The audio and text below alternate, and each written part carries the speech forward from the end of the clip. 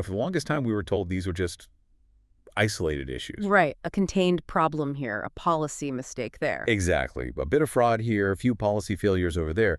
But when you actually stack the source material up, when you put all the puzzle pieces together, Minnesota, New York, Texas, the whole federal system, what emerges is not, it's not a series of accidents. No. It's a national blueprint for systemic failure. It's absolutely a structural crisis, and it's one that's happening, simultaneously in multiple critical zones.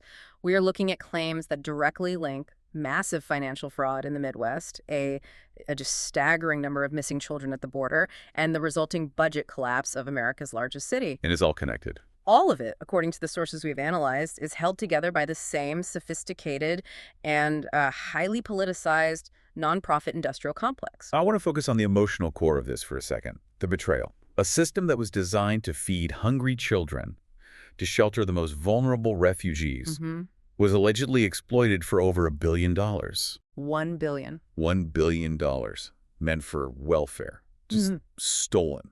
Siphoned away through these sophisticated fraud networks in Minnesota. And at the very same time those networks were operating, the cracks weren't just appearing at the federal level, they were blowing wide open. Specifically within the Office of Refugee Resettlement, the ORR, which is part of Health and Human Services. And the numbers there. The numbers are morally devastating. 85,000. That's how many migrant children were placed with sponsors and are now completely, totally unaccounted for. 85,000 kids vanished. And the consequence of this entire structural meltdown, it's not abstract. It's hitting home right now in places like New York City. Right. Officials there have admitted that the migrant influx is going to drain the city's budget by a staggering $12 billion. $12 billion. And that is forcing New York to do the unthinkable, to literally cannibalize its own essential services. We're talking police, schools, libraries, just to fund the infrastructure of this crisis. It's the ultimate synthesis of catastrophe, really. The financial rot in Minnesota, the moral collapse at the federal border, and the urban destruction in New York City. They are not separate stories. No. They are stages of the same disease. And it proves that this national failure pipeline is operating at full capacity. Okay, let's unpack this. We're going to expose the full truth right here on this deep dive. If you want the news they don't want you to hear, hit that subscribe button right now. Welcome back. So we have to start with the dollar signs because that's usually the first sign of systemic rot, isn't it? It's the loudest alarm bell. We're focusing on Minnesota, which for years was held up as this model, a model for humanitarian aid and refugee resettlement. But according to the whistleblowers in these massive court documents we've been reviewing, it allegedly became the epicenter of the largest welfare fraud scheme in American history. The Feeding Our Future scandal. That's the one. And the estimates now have soared past $1 billion. And what's really fascinating here, and what demands a deeper look than just the shocking dollar amount, is the sheer financial architecture of the alleged exploitation. What do you mean by architecture? This wasn't simple graph. This wasn't someone just skimming a little off the top. This was, as one source describes it, importing a third world corruption model and embedding it deep inside the most vulnerable part of the American welfare system, child nutrition aid. So how do they do it? How do you execute $1 billion scam using a program that's designed to feed children? What were the mechanical steps? The mechanism was, on the surface, deceptively simple, and it relied heavily on the total lack of oversight surrounding NGOs, non-governmental organizations, and this concept of third-party sponsors. Right. So the federal government, through the Department of Agriculture, channels money for summer and after-school food programs. That money goes through state agencies. Right. In Minnesota, the key intermediary was this organization called Feeding Our Future. It was a nonprofit that allegedly acted as a conduit, a gateway. So Feeding Our Future, or FOUF, was the main hub. Exactly. FOUF sponsored hundreds of so-called meal sites. But here's the thing. These sites were often shell nonprofits themselves, set up by individuals who, it's alleged, had absolutely no intention of feeding a single child. They just existed on paper. On paper. They would simply submit these inflated, or in many cases, entirely fabricated invoices claiming they were serving thousands of meals a day. The sources describe operators claiming to feed, say, 5,000 children daily out of a single suburban storefront. 5,000 out of one small building. Or even out of abandoned office buildings. Yeah. The sheer volume of claimed meals just completely overwhelmed the state's ability or willingness to verify any of it. And that is the emotional point that just kills me. This money, intended for the basic sustenance of hungry kids, was allegedly siphoned off. We have to ask, where did this $1 billion actually go? Because the source material details an almost cartoonish level of luxury payoff. The contrast is horrifying, isn't it? The money that was meant for essential basic care was allegedly converted into assets that just scream excess. Like what? Well, we're talking about vast amounts of cash being transferred often into offshore accounts, according to the investigation. But more visibly, the money allegedly funded million-dollar private properties. In homes. Yes, including one house with an indoor basketball court, luxury cars like Teslas and Porsches, even private jet time. The source points to one operator who allegedly purchased a $2.5 million home in Florida with stolen funds. Wow. It just illustrates that the goal wasn't just survival. It was extreme, opulent wealth extracted directly from the poor. And the scale creep of this alleged fraud, that's a huge red flag on its own. It started, what, at $250 million in the initial estimates? That's right, $250 million. Then investigators hit the $500 million mark very, very quickly. And now? No. Analysts are projecting the total potential loss could realistically surpass $1 billion. This wasn't a static scheme. It was a tumor that was allowed to metastasize because the oversight system completely failed. But the failure wasn't passive. This is the part of the story that's truly chilling. The whistleblower suppression. Yes. We are not talking about simple bureaucratic inertia here. We are talking about active political shielding, according to the source material. So people inside the system were trying to stop it. Absolutely. Internal state employees, auditors, investigators, they were raising alarms about suspicious invoices, about red flag operators, about sites that looked fraudulent, and they were doing this as early as 2018. They saw the fire starting, and they tried to grab the extinguisher. And their claims, which are detailed in the source material, suggest their efforts were actively suppressed. Staff repeatedly warned Governor Tim Walz's administration about these fraudulent networks. So the governor's office knew. They were warned. In 2019, one investigator allegedly flagged a suspicious payment of $400,000, only to be told, essentially, to back off. Back off by who? The specific and really chilling claim, reported by one whistleblower, was that the governor's chief of staff allegedly yelled at them, demanding they stop disrupting relationships with community partners tied to Democrat power structures. Wait, hold on a second. Let's unpack that specific accusation. It's a heavy one. Because if that claim is true, it suggests that the political goal of maintaining favorable relationships with these community partners, who are now charged with massive fraud, that goal superseded the legal and moral duty to protect taxpayer funds and vulnerable children. That is the direct implication. So is the source claiming the fraud was allowed to continue because the fraudsters were politically connected? That is the direct implication drawn in the source material, yes. The political imperative to protect these organizations allegedly created a firewall around them, making them untouchable. And the consequence of that alleged silencing? It's profound. Think about it. If those state employees had been allowed to pursue their investigations rigorously back in 2018 or 2019, the $1 billion would never have been stolen. It would have been stopped at a few million. Exactly. The suppression of oversight was the necessary condition for this alleged fraud to grow from a small scam into the largest welfare fraud in U.S. history. And the moment that really gets me is the lack of immediate justice, even after the convictions. There was a KSTP report that detailed this. I saw that. It said that even after a jury convicted some of these fraudsters of stealing millions, they still own the $1 million properties they bought with the stolen money. 9 months later, the houses haven't been seized. Still in their possession. An indoor basketball court, purchased with money meant for hungry kids, is still in the alleged criminal's possession. How is that even possible? That's where we get into the complex and, frankly, frustrating reality of asset forfeiture. It seems like it should be simple. They stole the money, they bought a house, you take the house. You'd think so. But the legal system, especially when it's dealing with high-value, complex assets like real estate, moves agonizingly slowly. While prosecutors filed the paperwork for civil and criminal forfeiture, the properties often cannot be officially seized or liquidated until the convicted individuals are formally sentenced.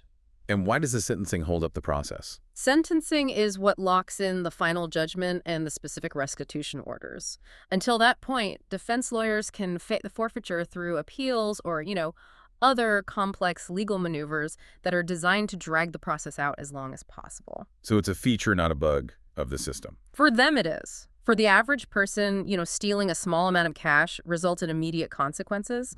For these organized, well-funded networks, they can afford the best lawyers who exploit every single procedural delay, maximizing the time they get to benefit from the proceeds of the alleged crime. And in the meantime, we're seeing property taxes over $50,000 delinquent in one case just being ignored while this legal battle over seizure continues.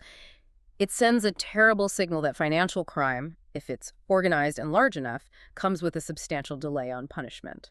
it certainly reinforces the perception that there are two systems of justice, one for the common person and one for politically connected financial criminals. So, Okay, Minnesota exposed the financial rot using this shell NGO structure. the money pipeline. Exactly. Now we transition to the moral rot at the federal level, because while this $1 billion was being siphoned off, federal agencies were losing something far more valuable. Children. Children. This is the moral scandal that I think overshadows even the staggering financial cost. We have to focus on the number.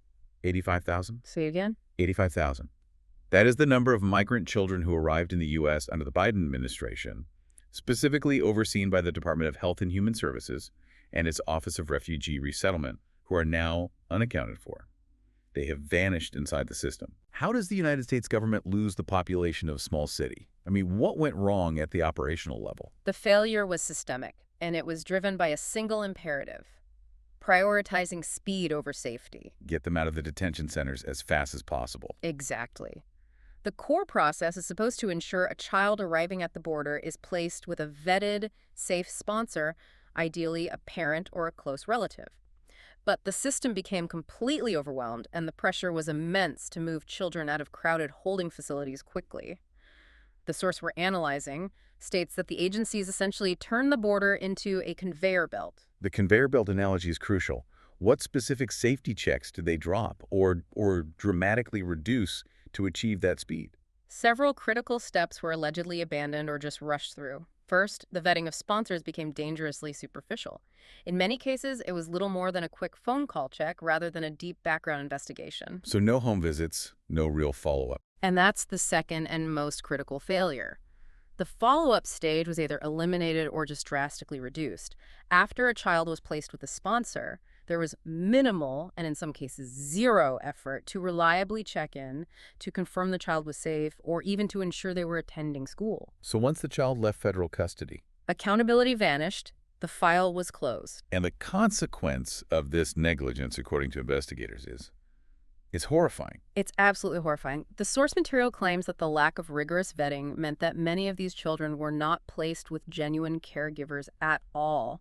They were effectively handed directly to traffickers, to forced labor rings, and to criminal enterprises operating just under the radar. So these 85,000 children weren't just misplaced. No, they were absorbed into an ecosystem of exploitation. And is this the same ecosystem we were just talking about in Minnesota? Is there a direct tie between the financial fraud network and the human trafficking network? That is the essential insight that ties this entire national pipeline together.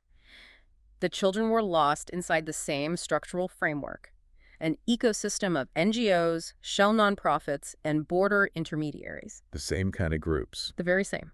The organizations that, according to the source, benefited from loose oversight and political protection in Minnesota to siphon cash were perfectly positioned at the border to process and place unvetted children with sponsors who are allegedly part of these criminal networks. So the infrastructure was already there. The infrastructure of exploitation, the zero accountability environment created by political pressure and those pandemic waivers was already in place. It facilitated the theft of money and the trafficking of children. So the mechanism of financial rot became the mechanism of moral rot. Yeah. Okay, let's track the consequence of this chaos as it moves inland, because it explodes onto the national stage, specifically in New York City. The failure pipeline is now creating an urban collapse. The numbers in New York City are financially catastrophic for the average resident. City officials have been forced to admit that the migrant crisis will cost the city over $12 billion. And that's the acknowledged cost over the next 3 years, forcing emergency cuts to essential services. This isn't just budget tightening. No, this is a systemic drain, a hemorrhage. $12 billion. To put that into perspective for our listeners, that is more than the annual operating budgets of many entire U.S. states. Why is the cost so astronomical for New York specifically? The analysis in the source material points directly to the Sanctuary Without Limits policy. New York City, unlike a federal entity, is required by its own laws to provide housing, education, and legal services immediately upon arrival. And the volume of arrivals. Sheer volume, hundreds of thousands of people, means the infrastructure costs just multiply exponentially. They're having to pay for temporary shelter, often costing hundreds of dollars per night per family in hotels. They're paying for legal aid, medical care, and creating entirely new school programs from scratch. So the cost isn't just housing. No, it's building a parallel city infrastructure overnight. And that infrastructure is now being funded by cannibalizing the existing services that 8 million residents rely on. This is where the rubber meets the road for the everyday New Yorker. Absolutely. What are the specific services being cut to fund this crisis? The cuts are hitting where it hurts the most: public safety and quality of life. The city has reportedly been forced to enact massive hiring freezes and outright budget reductions in the police department, fire department, sanitation, and education. So what does that look like on the street? It looks like police precinct reassignments, fewer garbage pickups, library branches cutting their hours, and specific school programs like those for gifted students or even just extracurricular activities being vetted to reroute funds. So the city is dismantling itself. It's dismantling itself because the infrastructure supporting the migrant flow is draining the budget faster than it can ever be replenished. And the visual evidence of this is just as shocking as the financial numbers.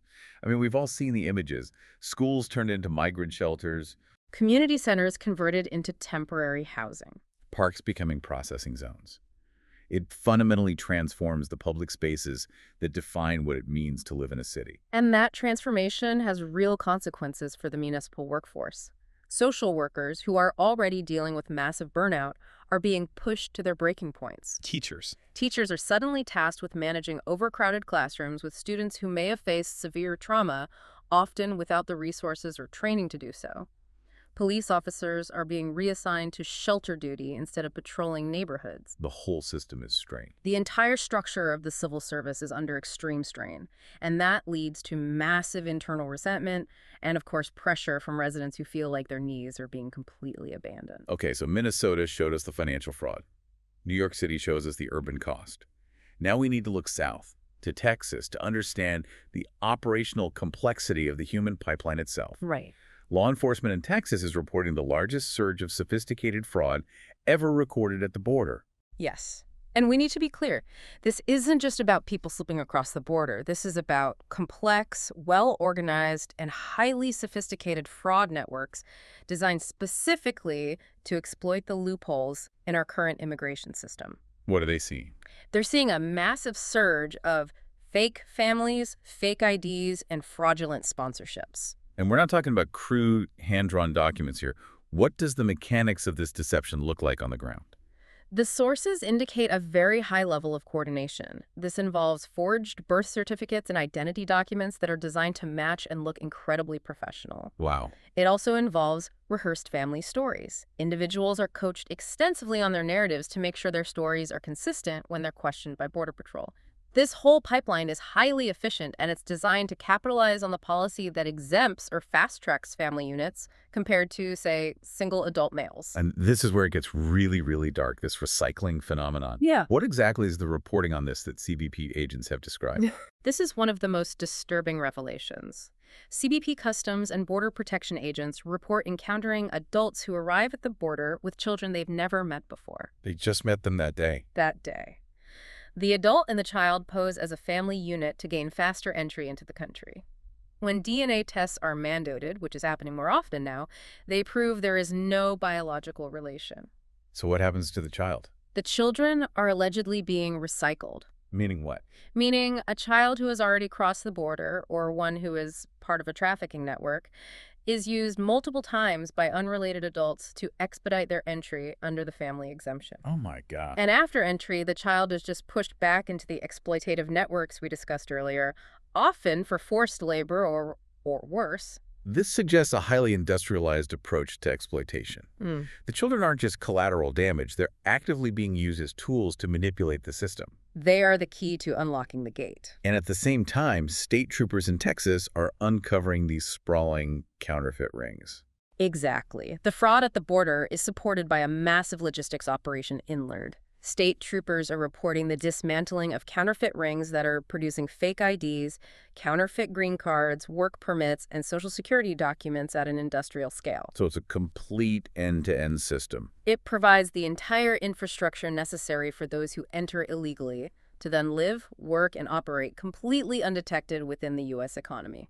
So we have the money pipeline in Minnesota, the missing children at the federal level, the urban collapse in New York, and now the human pipeline exposed in Texas. What ties the Texas operation back to the failures we saw up in Minnesota? It's the McCurring fingerprint. It's the reliance on the very same structural weak points. The NGOs. The same structure of nonprofit sponsors, community intermediaries, and political shielding that allegedly protected Minnesota's financial fraudsters is now reportedly protecting the networks facilitating border fraud and human recycling in Texas. It's the same playbook. The system was designed to defer responsibility to these NGOs, and when that structure lacks any accountability, it becomes an open invitation for massive criminal exploitation. Texas isn't dealing with random, desperate acts. It's dealing with an established system of fraud that was built and incentivized during years of minimal enforcement and oversight.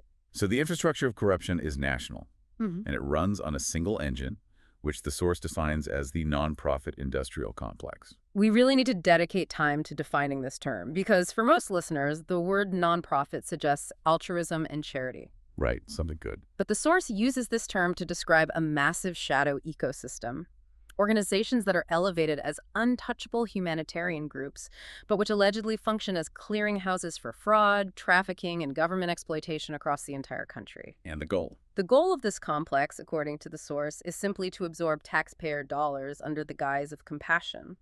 How is this shadow ecosystem allowed to flourish with basically zero vetting and oversight?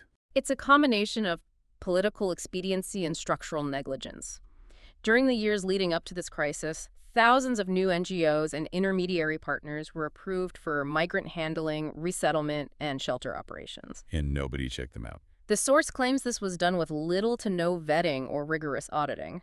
The operational goal was rapid resettlement and processing, which made these organizations indispensable politically, which in turn made them untouchable legally. And the pandemic-era waivers just threw gasoline on the fire. Compounded the problem exponentially. We need to clearly define what specific oversight rules were suspended under those COVID waivers and how that created the immediate opportunity for fraud on this scale. Okay, lay it out. It's critical. Mm-hmm. Prior to the waivers, there were standard federal rules for verification in programs like Feeding Our Future. This included mandatory in-person auditing of meal sites to verify the number of children they claimed to be serving. You have to actually see the kids. You had to see the kids. COVID waivers suspended these requirements, removing verification steps and allowing claims to be filed based on what was essentially the honor code or self-certification. Unbelievable. For NGOs operating at the border, similar waivers reduced the necessity for in-depth background checks on sponsors and delayed any follow-up requirements. So they removed the only mechanism designed to stop fraud, the mandatory in-person verification. And then they channeled billions of dollars into a system based on trusting organizations that had every financial incentive to cheat. Precisely. And the result was immediate and predictable exploitation. The Federal Inspector General issued warnings that these nonprofits may have collectively misused billions in various funds, not just child nutrition, but COVID relief, migrant aid, housing funds, child care subsidies. It was a free-for-all. The sheer volume of money flowing without verification created a gold rush for those willing to exploit the loopholes. And that's what established the nonprofit industrial complex as an industry engineered to absorb taxpayer dollars rather than just a humanitarian aid network. What's so fascinating here is the pattern. When you map the epicenters of this crisis, Minneapolis, New York City, Houston, El Paso, San Antonio, they are not random geographical points. No. Not at all. They share a specific systemic trait. That's the strategic insight. It's governance, not geography. These hotspots share the exact same pattern. They operate under the same political leadership, are dominated by the same vast nonprofit empires, and adhere to the same sanctuary policies, which leads invariably to the same catastrophic outcomes. So Minneapolis showed how the fraudulent NGOs could distribute millions with zero oversight. New York showed how a city could cannibalize its own public safety net to meet the demands. And the Texas border cities. They became the intake zones, dominated by groups serving as intermediaries for human exploitation. It's a hybrid crisis then. Not just a single failure, but a perfect storm where financial fraud, border chaos, and political negligence all merge to fundamentally break the system. It's the ultimate synthesis. And the source claims that this is no longer accidental incompetence. It is a structural failure that's been embedded by years of negligence and policies that rewarded speed and political association over security and accountability. And the taxpayer is holding the bill. The taxpayer is holding the bill and facing the consequences of a system that refused to police its own. And we absolutely need to talk about that bill, because the impact on the American taxpayer is immediate and it's personal. Yeah. In Minnesota, the shock wasn't just the $1 billion stolen. It was the realization that this opulence, the private jets and million-dollar homes, was purchased with money meant to help their neighbor's hungry child. The erosion of trust is as damaging as the financial loss. Yeah. And in New York, the consequences are hitting the home budget directly. Parents are watching school resources disappear, classes are getting overcrowded, and public safety is strained because resources were rerouted. Right. Working families are paying for a crisis they had no hand in creating, while the groups allegedly facilitating the crisis, these NGOs remain largely untouchable. Which brings us to this shift in enforcement and accountability. Because if this crisis was just a matter of bad luck, we wouldn't see the kind of aggressive, system-wide crackdown that the source material reports is now underway. And we must report impartially on the claims regarding the current administration's enforcement stance. The source material claims that the sitting president is calling the crisis exactly what it is: a system-wide breakdown created by fraud, incompetence, and intentional negligence during previous years. So what specific actions are being taken to dismantle this failure pipeline? Starting with the financial rot we saw in Minnesota. The source material indicates a major systemic overhaul that focuses on financial accountability. This includes full-scale, mandatory audits of every major NGO that received migrant or welfare funding from 2020 through 2024. So follow the money. Follow the money. Furthermore, the Department of Justice is reportedly building and prioritizing criminal cases against individuals and organizations tied to this benefit fraud. The goal is to shut down the financial engine of the nonprofit industrial complex. And what about the moral rot? The 85,000 missing children. Are the federal agencies finally being ordered to address this moral catastrophe? Yes, the enforcement shift reportedly includes a direct mandate to those federal agencies. Homeland Security and ICE have been ordered to reopen and expand trafficking investigations that are linked directly to those missing migrant children. So they're trying to find them. The goal is to aggressively track and prosecute the criminal networks that allegedly took custody of these minors. And finally, the human pipeline in Texas. We discussed the fake families, the forged documents, the recycling horror. What structural changes are being implemented to shut that specific mechanism of fraud down? The border reforms, as they're detailed in the source material, are focused on verification and immediate removal of bad actors. This includes expanded checkpoints, mandatory DNA verification for all family units to immediately combat the fake family phenomenon, enhanced ID screening, and critically expanding immediate deportation authority for anyone caught using fraudulent documents. So change the incentives. The strategy, according to the source, is to fundamentally change the incentives at the border. Remove the ability for criminal networks to use human beings as tools for expedited entry.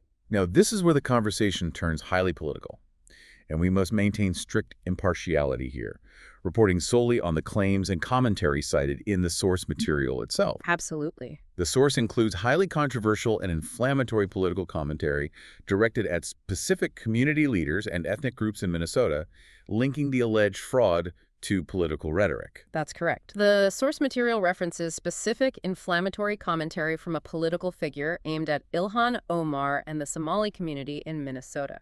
And this commentary includes? It includes the claim that Omar allegedly married her brother, that she should be thrown out of the country, and the highly controversial and politically charged remark that the Somali community has destroyed Minnesota and taken billions of dollars out of the country through these alleged fraud schemes. And as you rightly stated, we are reporting on the commentary and claims cited in the source material, not endorsing those viewpoints. But the source material links this rhetoric directly to the planned enforcement actions. That is the claim presented. The material reports on an expected ICE crackdown in Minneapolis and St. Paul, specifically targeting members of the Somali community here illegally who have final deportation orders. And investigations. It also mentions expanded investigations linked to the community in the wake of the high-profile financial fraud scandals. The source claims this combination of political rhetoric and targeted enforcement is necessary to establish real accountability, contrasting it sharply with what they view as political cowardice and intentional negligence during previous years. This just highlights the deep complexity of the crisis, where massive systemic fraud, the alleged $1 billion scam, becomes the primary justification used in the political sphere for sweeping immigration reforms and enforcement crackdowns. Right. It's the collision of the financial rot and the political response. And the assertion made by the source is that since the crisis is this hybrid merger of financial fraud, border chaos, and political negligence, the response has to be equally aggressive across all fronts. Financial audits to shut down the money pipeline, increased law enforcement to shut down the human pipeline, and a political will to target the system that allegedly protected these operations for years. That's the argument. The danger for you, for the listener, is realizing that this is not a short-term problem that ends with a few arrests. It's a structural crisis that is fundamentally reshaping the nation, draining its resources and challenging its moral core. That's the chilling final thought. Minnesota was not the disaster. It was the signal. A proof of concept. It was a proof of concept. The systems, the incentives, the political shielding, and the mechanism for exploitation.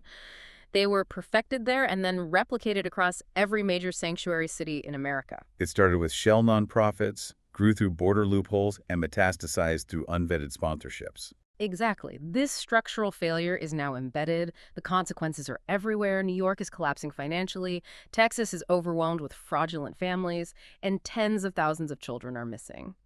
The long-term implication is that if the nation does not decide to enact meaningful structural repair, overhauling NGO vetting, mandating rigorous financial audits, and restoring accountability at the border, this failure, which combines every form of rot, will permanently erode national stability and trust, shifting the massive financial burden entirely onto the working families who had no part in building this crisis. That's the reality we're facing. But I want to know what you think. Yeah. Hearing about $1 billion in fraud alongside 85,000 missing kids, knowing that the same structural problems are showing up in every major city. What piece of this entire pattern shocks you the most? Is it the financial cost, the moral catastrophe, or the realization that these networks were allegedly protected by political actors? Let us know your opinion in the comments below. We read every single one. I'm Alex. And I'm Sophia. Thanks for listening to this deep dive.